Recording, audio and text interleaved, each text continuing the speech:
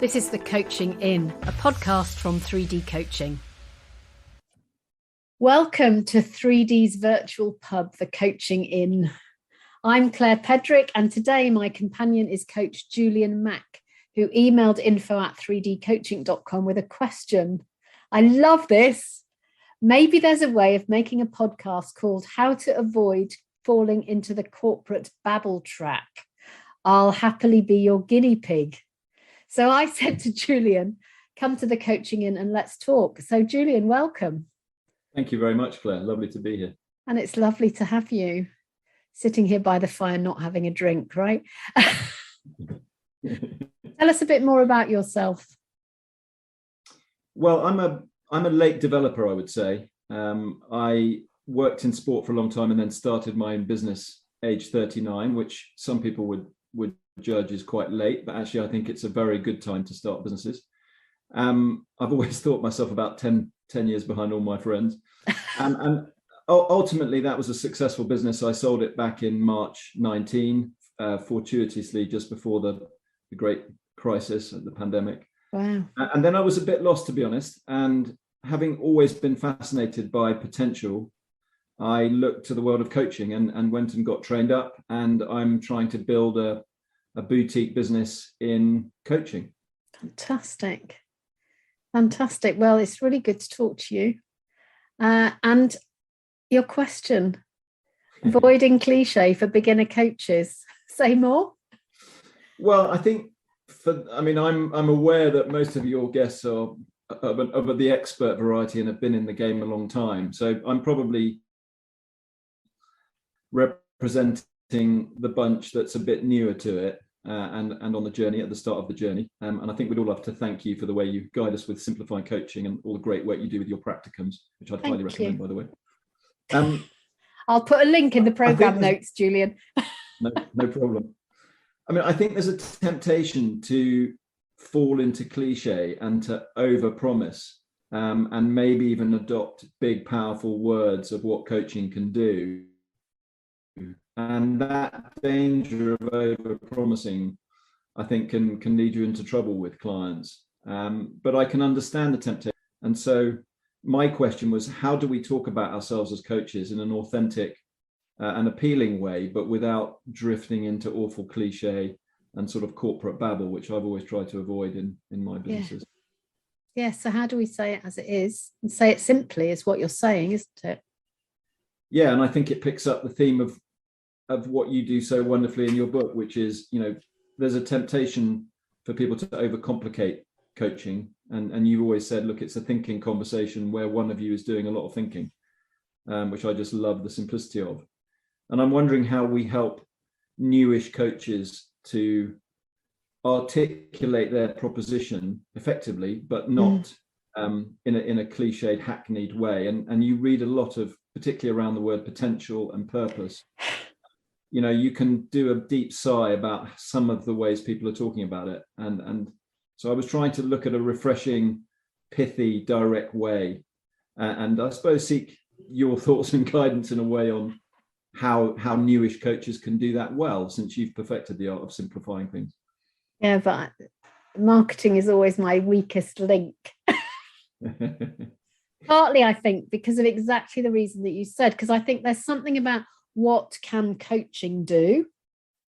So coaching can help people reach their potential. Absolutely. It can do amazing things.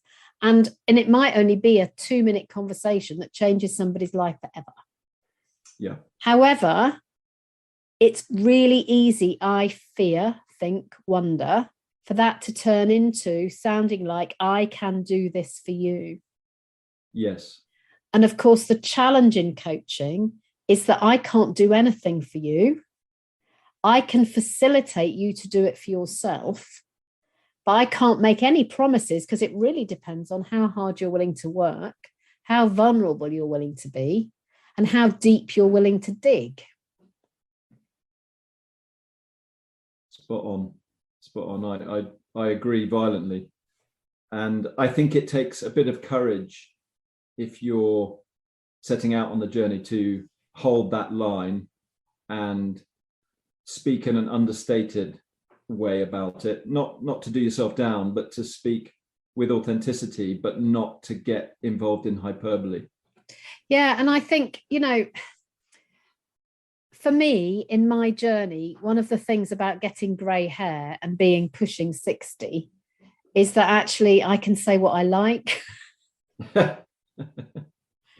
So if you heard that thing I did for the whatever they were, International Coaching and Supervision, International Centre for Coaching Supervision, I did a talk for them the other day, and it's on YouTube, and it started out where I said, I don't know how to coach anybody.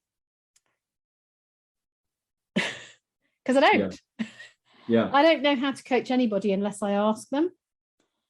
And then it's a co-created thing. But I can say that now because I've got nothing to lose. I'm not sure I would have had the confidence to say that 10 years ago. But then you get yourself exactly in the situation that you're describing, which is you get yourself in the world of hyperbole. And then it feels that you're almost in competition with all sorts of people who are saying almost exactly the same thing. And if you're dissonant to that, people think, well, they don't know what they're doing. Yeah, absolutely. So, you've articulated the problem very clearly. So it's really tricky, I think. Yeah, and I tell you where I land, and I've thought about this ahead of talking to you about it, is that ultimately you can only be straightforward about your experience, your reasons for being in coaching, and perhaps get down to the real essence of why you coach and why you enjoy it, and maybe some case studies of how you have been a thinking companion, which is an expression I'm stealing from you, but I love that idea of, companionship and thinking partnership rather than coaching. Yeah. Coaching, I think, is a problematic word. And I think if you can be honest about that, in my case, I'm fascinated by midlife go-getters, people who may have done well, but they're not done. They want to do more, and they need a bit of clarity and direction, maybe some help on thinking about clarity, direction, and confidence to do it. And I think if you can be plain about that's why you're motivated to be in it, and say it straight without trying to use big fancy words and get into that competition, then I think you're being true to yourself and you're being honest with the market. But that it does take a bit of courage to stand in your ground there. Yeah, and actually the way you're describing the people you want to work with, they're not going to be in the least bit impressed by any of those big words, are they? No. Because they've been in that world and they're not in that world, and that's why they're going to come to you. Exactly. Yeah. And I think also, if we're honest, in the first couple of years, it does, I got in that confusion, and I don't know if other coaches can relate to this, where to niche or not to niche, or to niche or not to niche, for our American cousins. And, I land firmly in your camp, which is there are 5 to 10 reasons why people come to coaching. And as a conscientious coach, you might be able to help them with all of them. So to do yourself into one corner of a niche and then get involved in all this sort of fancy marketing, to me, it doesn't appeal. But it's taken me a while to figure that out. Yeah, well, what a great thing to figure out. Because actually you can have a conversation with anybody who can have a conversation with you. Some people won't want to have a conversation with you, and that's okay. Yeah, absolutely. Yeah, and I can remember when I started out meeting lots of coaches who would spend hours and hours and hours tweaking the wording on their websites and printing leaflets. Do you remember the old days? I do, and in fact, in the olden days, we didn't have websites because websites happened after I started coaching. Yes. But printing leaflets, getting the words right, working out where they were going to go with their leaflets, and spending endless amounts of money on marketing. And I think the best thing I've ever done is I've never spent any money that wasn't already in the business, apart from the £500 that I set up with at the beginning, because I realized that I would need to spend money before I earned money. So I put £500 into the business, and I've never put any other personal money in ever, nor borrowed any money. So either it's there to pay for stuff or it isn't there to pay for stuff. And if it isn't there to pay for stuff, we're not having it. Yeah. And that's been really good. But I've seen people spend thousands and thousands and thousands. Or you go to networking meetings in the olden days when you went to networking meetings, and people give you their elevator speech, and then you ask a supplementary question. It turns out they've never worked with anybody. Yeah. Yeah. So there's something about being real, isn't there? That's a really nice way of putting it. And I mean, I've also fallen into the trap. And again, I wonder if people of a similar experience to me have done the same, of oversubscribing to courses. Oh, yes. And you some of the descriptions that coaches make of themselves are frankly laughable, which is why I come back to the non-mumbo jumbo of thinking partner or thinking companion, not elevating yourself onto any kind of pedestal of any sort, but just being a co-creator of the space in which you can hear yourself. And that's another, I think, elegant definition of coaching, where you're able to let someone listen to themselves. Yeah. And then make the meaning, as you tell us in your book, themselves as well. Yeah. And some of and it might be a tiny bit American, dare I say it, some of the sort of over elaborate descriptions of experience and positioning in the market, I just laugh at. Yes, and it's dangerous because it makes the coach look as though they've got a huge amount of power, even if the power it makes them look as though they've got is personal power. So I've got a lot of personal and professional power because I've done this course, this course, this course, and this course with this famous person and that famous person and the other famous person. But what that's doing is saying, let me tell you how special I am. And the thing that's most special about us is that we're not special. Yeah. Well, we are, and we're not. In that we just bring our humanity to listen, to offer, and to say what we see. So to offer, to listen to somebody truly, to offer a question or an observation, and to say what we see, and then they get the insights. And it's the insights that change the world. And it's the insights we can't make happen. And it doesn't matter if you spend $20,000 on a course, you still can't make somebody have insights. I think the other thing about your simplicity of explanation there, Claire, which is wonderful, is it does take the pressure off the coach, particularly if you haven't got 10,000 flying hours like you have. Newish coaches can put pressure on themselves. And if you stick to the principles you just articulated, I think you're likely to be more yourself, more comfortable in your coaching approach and style. And you'll get better results without putting yourself under the pressure to do so. Yeah. So I think it makes lots of sense to me. I'm running 2 courses at the moment. One's a fast track one that we do in 8 sessions with lots of video teaching. And the other one is live. So it lasts over longer and the whole thing is live. And this week, they're both on the same session, which is quite interesting to look at. And this week, both of them are on the session where they say it works. Yeah. So one group's done 14 hours live with me, and the other group has done 7 hours live with me, and they're already saying it works. And as far as I'm concerned, on one level, that's job done. Of course, we now need to say, now you believe it works, let's start really learning. Yeah. But getting people to have that experience early on is really important. So actually, one of the things I thought about, Julian, as you started talking earlier, was, what do you say to people? What I say to people is, let's give it a go.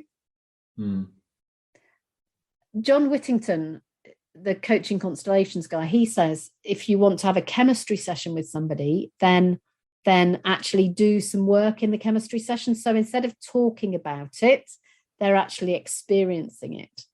Because of course, when you get to that point, if you're on sell, which is tell, you're going, and I'm going to tell you this, and I'm going to tell you this, and I'm going to tell you this. And then when you come to the coaching, that's what they're expecting. Do you, I mean, you mentioned that you're allowed to now say what you like because you're so established. which is a lovely position to be Love in. it.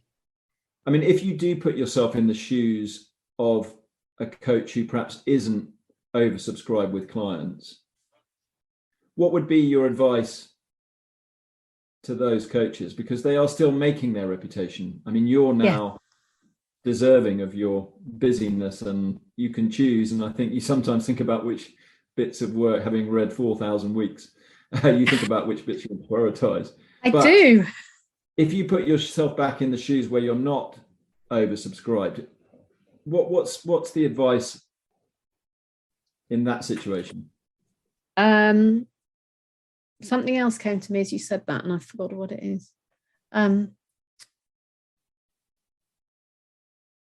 I think my advice is, because if I come at it from a tangent, and then I'll tell you what my advice is. So the other thing is, these are my fees. So I hear people tell me how much they charge, and then I discover they don't have any clients. So obviously you don't charge that if you're not actually doing any work. That's not your fee. So I think there's something about knowing what a fair fee is before you put it through the filter of, in the corporate sector, you can multiply it by this many times, or if people haven't got any money, you need to divide it by this many times.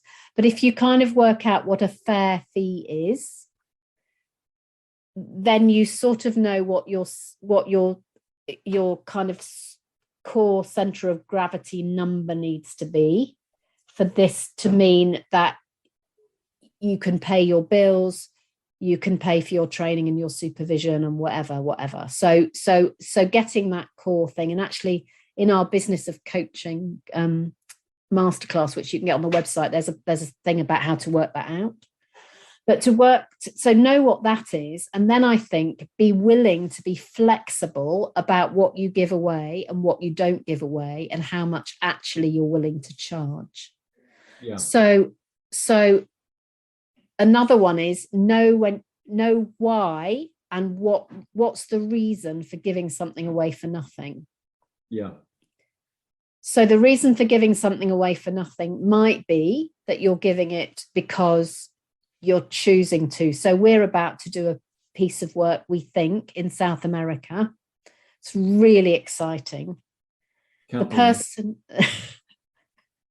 you are. The person who's negotiating it is talking to them about what their budget is, but they also know that we're willing to do it for nothing because it's a huge transformational piece of work with a public sector organization in South America who would really value and benefit from this piece of work. So as far as I'm concerned, I don't care if we don't earn anything from that, but I also want to have integrity and enable people to pay something if they've got something.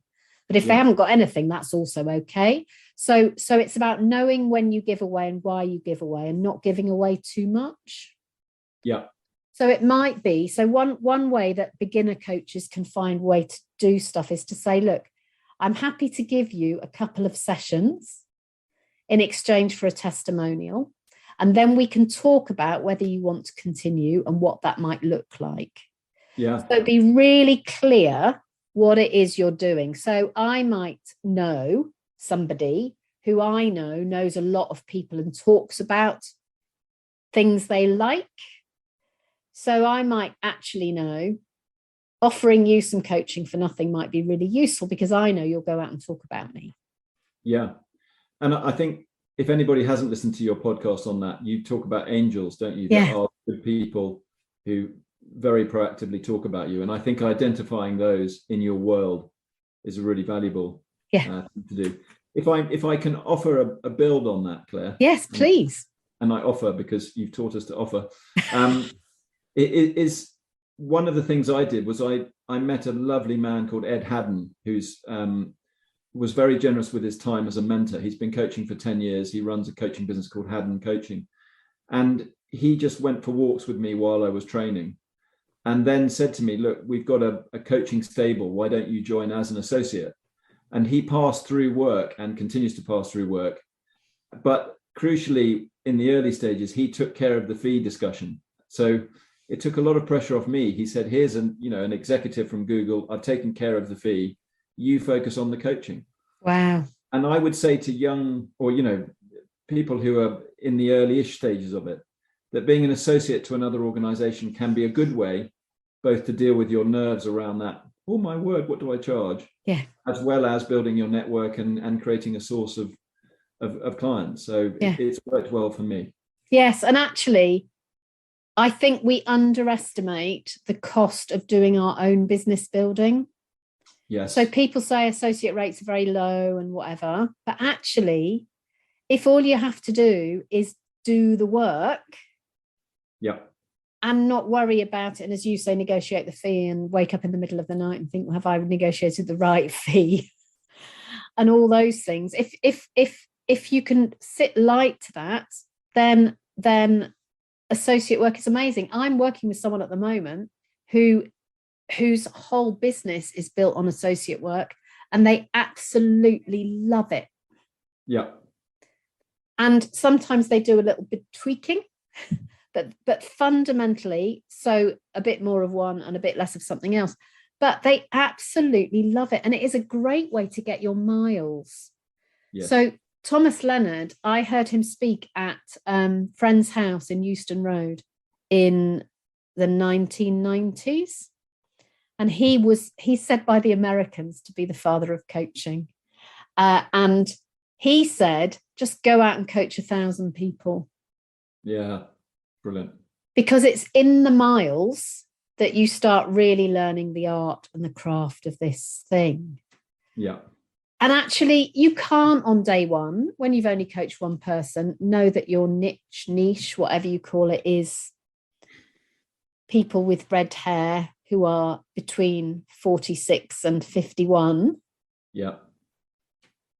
We need to coach, we need to coach everybody. I did my best learning from somebody who worked in security, in the security industry.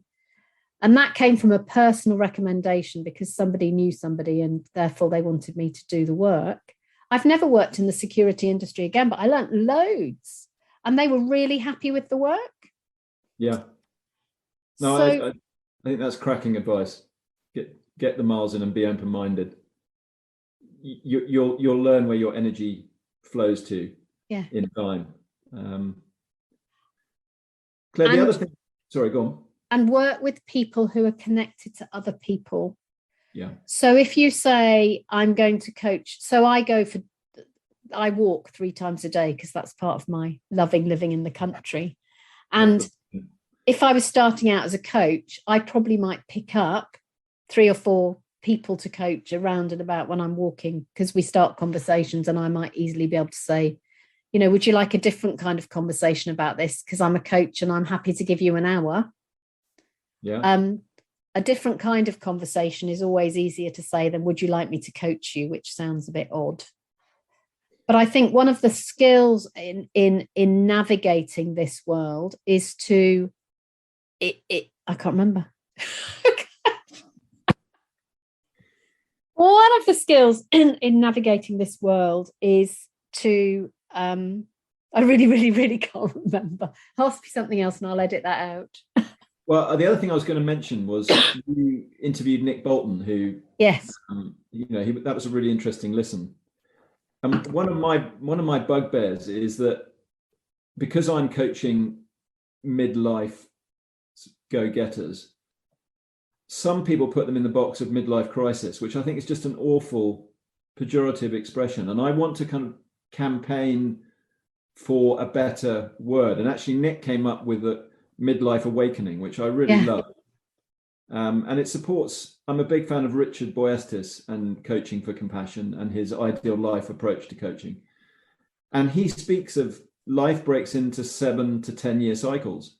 And at certain stages, I'm firmly middle-aged, you just have a rethink and maybe a refresh and a reset and a waken up to new things. And I think it would be lovely to rebrand that awful word crisis. So whether I become the champion for that cause, I don't know. But in their book Act 3, Judy and Adrian Reith call it Act 3. So moving to another chapter, because I think one of the things that I'm hearing pushes your buttons about crisis is that it sounds like something bad's happened. Yeah. And actually, what you're describing is people who've been very fulfilled and happy and have done some great work somewhere, who feel that that season of their life has had a good ending, and now they need to work out. So now that was great, and I loved it, and it was life-giving and everything, and now it's time to look for something else. It's like a turning of direction, isn't it? Absolutely. Richard Raw calls and it. It's a positive because, and it comes back to why. Sorry, I interrupted you. Richard Raw calls it second journey or second life. And it comes to us at different times, I think, doesn't it? Yeah. That's lovely. I think both of those, Act 3, Second Life, that's lovely. And for me, I was going to say that very often your early 40s, mid 40s is a fantastic time to start a business. Or if you've got entrepreneurial urges, it's a great time to do it. But some people have a narrative that they should have done it when they were in their early 20s. But actually, you have much more experience, much better network, much more resilience. You just need sometimes a bit of confidence and belief to go for it. Yeah. So I think more positive words around that period of life would be a great thing. And actually, what you're describing is exactly what we were describing about me earlier, which is, you know, I've got to the age where I can say what I like. You know, you've almost got to the stage in your career where you can do what you like and say what you like. Yeah, that's interesting. I mean, I have, in a way. So I think you're right that it is a privilege to be able to do and say what you like and be completely authentic. I thought about that in your case. In my case, I suppose, because I aspire to have more hours in coaching before I do that. I think I've got a little bit of a way to go, even if it's not my sole sort of financial source of income. I think you've earned the right, and the rest of us probably need to do the same. But I wonder whether, Julian, you've earned the right to turn the page, to start another chapter. Interesting way of, yeah. I think I'm rapidly gaining the confidence, but maybe one of the outputs of this conversation is that we all have permission to be very direct and straightforward about why we're coaching and what it gives us. And in a way, that's maybe where your marketing message starts. And if that's true, you don't need to fall into the trap of cliche. Yeah. And I mean, I have to say, it's been tricky on the journey, because I have felt for a long time and for many years, I felt like I was speaking in a big football stadium, and there weren't many of me saying it. That, I've found allies along the way, because of course that's what you do, isn't it? You find people who agree with you. I can remember early on in those first years of coach training, somebody said, if you put all the coaches in the world in a football stadium, the football stadium would still be full next year of all the coaches in the world, but half of them wouldn't be coaches anymore, and half of them would be new to coaching. And each year that small pocket would get a little bit bigger. The people who've kind of trod the boards and gone a long way, but there's always a lot of new people in the business. And that, I think, is where the kind of words begin to go to terrify, because it sounds a lot, because there's a lot of people saying the same things. So that's really interesting. So you're saying that because it's an attractive profession and it's a bit of a zeitgeist at the moment, you have lots of people coming into it with the tendency to be hyperbolic, and that actually, if you stay true to your message and your beliefs and persevere as you have, then in the end, it works out very well. Yeah, I mean, my challenge at the moment, our challenge as a business at the moment, is that we know we're a hidden secret. And one of the reasons that we're a hidden secret is that we choose not to make a huge noise about stuff. But actually, that means that people don't know they can choose us.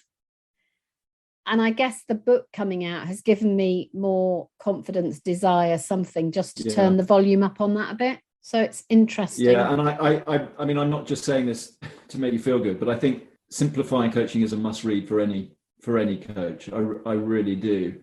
But I also think your practicums, where you're forced onto the dance floor, to use your metaphor, you don't learn dancing by reading it in books. You learn it by getting out on the floor and shaking your stuff. I think I would wish that the practicums get much more airing, and I wish they were on sort of much more consideration lists for how to train for coaches. Because I think if you become interested in the academics, you can go away and study. You can buy the right book for the right approach.